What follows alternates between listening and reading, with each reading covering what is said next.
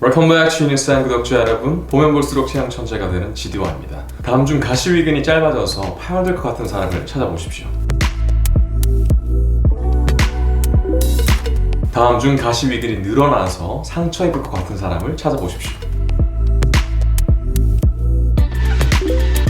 두 분 다 저희 병원에 오셨던 환자분들입니다. 이분은 6개월 전부터 오른쪽 어깨에서 운동할 때 그리고 옷 입을 때 우두둑 소리가 나기 시작했고, 어깨 통증도 있으시고 어깨를 움직이기 힘들다고 하셨습니다. 그리고 저희 병원에 오시기 바로 하루 전에 어깨를 둥글게 돌리는 스트레칭을 하시다가 어깨에서 뻑 소리가 났고 옷을 입지도 못할 만큼 어깨 통증이 생겼다고 하십니다. 팔이 옆으로 벌어져 있고 어깨뼈가 아래쪽 돌림되어 있습니다. 이런 체형은 가시위근이 굉장히 짧고 타이트해져 있다는 것을 의미합니다. 저는 이분의 상태를 보고서 극상근 파열을 의심했습니다. 이분에게 몇 가지 테스트를 해봤고 상태가 좋지 않으셔서 MRI 진단을 의뢰했습니다. 검사 결과 가시위근이 3분의 2 정도 파열된 것으로 진단받으셨고, 결국 수술 받으시고 수술 후 상처가 아문 후에 다시 재활 운동을 시작하셨습니다. 이 여성 환자분 역시 오른쪽 어깨 통증을 호소하셨습니다. 오른쪽 어깨 봉우리 근처가 화끈거리고 불편하다고 하셨습니다. 아픈 정도가 낮에 움직이고 일할 때보다 밤에 자려고 누우면 더 심해진다고 하셨습니다. 나이트 페인이 더 심해지는 것은 염증 반응의 징후라고 생각하셔야 됩니다. 가시위근이 과하게 늘어난 상태에서 움직일 때마다 미세 손상이 반복적으로 가해져서 염증이 진행되고 있는 중이었습니다. 앞에서 볼 때 팔이 중립인 것처럼 보이지만 뒤에서 보시면 어깨뼈가 올라가고 위쪽 돌림되어 있습니다. 이런 체형은 가시위근이 굉장히 늘어나 있다는 것을 의미합니다. 쉽게 말해서 끊어지기 직전인 거죠.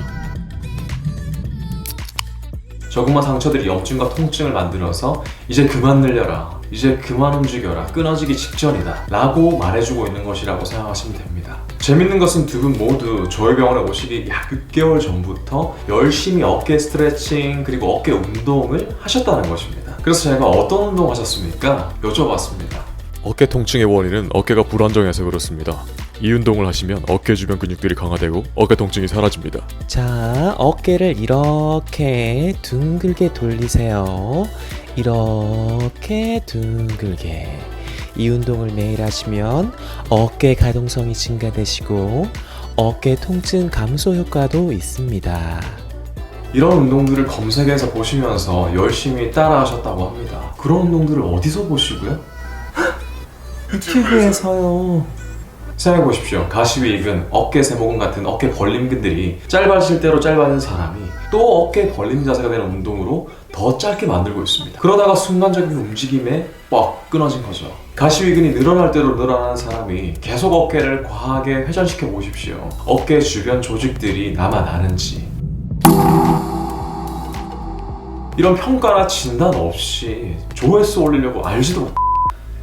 순간 화가 나네요. 이런 것들을 우리가 전부 막을 수는 없습니다. 다만 우리는 이런 정보들을 가려볼 수 있도록 우리가 더 지니어스 해주는 수밖에 없습니다. 어깨를 안정적으로 만들고 통증을 줄이며 기능을 회복시키는 것의 첫 번째 단계는 어깨를 중립으로 만드는 것입니다. 그리고 어깨 주변 근육들의 최적의 길이를 회복시켜주는 것입니다. 쉽게 가시위근을 예로 들어보면 가시위근이 짧아져 있을 때는 정상적인 길이까지 이완시켜야 됩니다. 반대로 가시위근이 정상을 초과한 길이일 때는 중립 길이가 될 때까지 짧아지는 형태의 강화 운동을 해야 됩니다. 그런데 어떻게 판단할 수 있을까요? 그것이 바로 체형 진단과 평가입니다. 오늘은 어깨 관절의 벌림 그리고 모음 자세를 보다 정확하고 쉽게 평가하는 방법을 연구해 봅시다. 먼저 중립 어깨는 어떻게 생겼는지 봅시다. 중립은 체형 교정의 목적지입니다. 어깨 관절의 벌림과 모음을 정확하게 평가하시려면 앞모습보다 뒷모습을 보셔야 됩니다. 왜냐하면 앞모습에서는 어깨뼈를 볼 수 없기 때문입니다. 어깨 관절은 어깨뼈가 중립일 때 위팔뼈가 수직으로 편안하게 내려와 있다면 중립으로 볼 수 있습니다. 이것을 조금 더 쉽게 이해할 수 있도록 각도로 표현해 보겠습니다. 먼저 어깨뼈의 윗각에서 밑각으로 이어지는 안쪽 모서리를 찾아보세요. 어깨뼈가 중립일 때 어깨뼈의 윗각은 밑각보다 약간 안쪽에 위치합니다. 이 라인을 대략 수직선으로 그려보겠습니다. 그리고 위팔뼈 몸통을 통과하는 라인을 수직선으로 그렸습니다. 어깨뼈 안쪽 모서리에서부터 직각을 이루는 선을 위팔뼈를 향해서 그려보세요. 위팔뼈 가장 높은 지점까지 이어주시면 어깨 관절의 각도를 볼 수 있습니다. 중립일 때 이 각도는 약 90도입니다. 이것을 어깨뼈에 대한 위팔뼈의 벌림 각도라고 표현하겠습니다. 이 사람을 봅시다. 어깨뼈는 중립에 가깝습니다. 하지만 위팔뼈가 옆으로 벌어져 있네요. 이때 어깨뼈에 대한 위팔뼈의 벌림 각도를 재보니 90도를 초과했습니다. 이 사람의 어깨 관절은 벌림 자세인 것입니다. 앞모습에서도 팔이 옆으로 벌어진 것을 볼 수 있습니다. 가시위근의 길이가 짧은 것이죠. 어깨 벌림근들의 길이가 짧은 사람이 어깨 벌림 운동을 지속하면 어떻게 될까요? 원래 짧은 내 어깨 벌림근들을 언젠가는 합체시켜버리겠다 라는 것으로밖에 볼 수 없겠죠.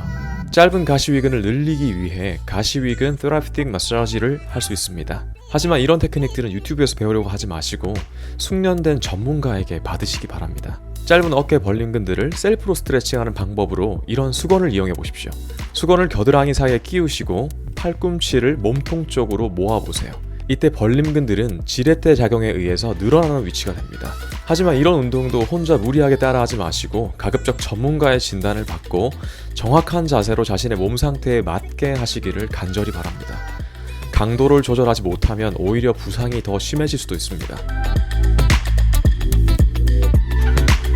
다음은 이 사람입니다. 앞모습을 보시면 팔이 수직에 가깝습니다.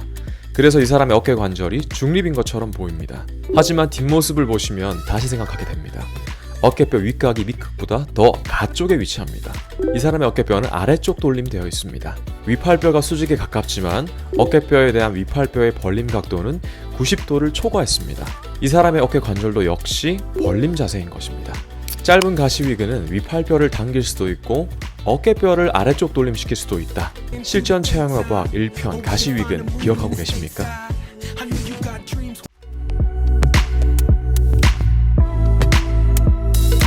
이 사람은 어떻습니까? 앞에서 보시면 팔이 옆으로 벌어져서 마치 어깨관절 벌림 자세인 것 같습니다. 그런데 뒷모습에서 이 사람의 어깨뼈가 중립보다 위쪽 돌림되어 있네요.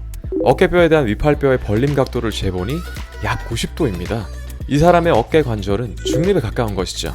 팔이 벌어져 보이는 것은 어깨뼈 위쪽 돌림에 영향을 받은 것입니다. 이때 교정의 방향은 어깨 관절은 중립으로 유지하면서 동시에 위쪽 돌림된 어깨뼈를 중립으로 교정하셔야 되겠죠.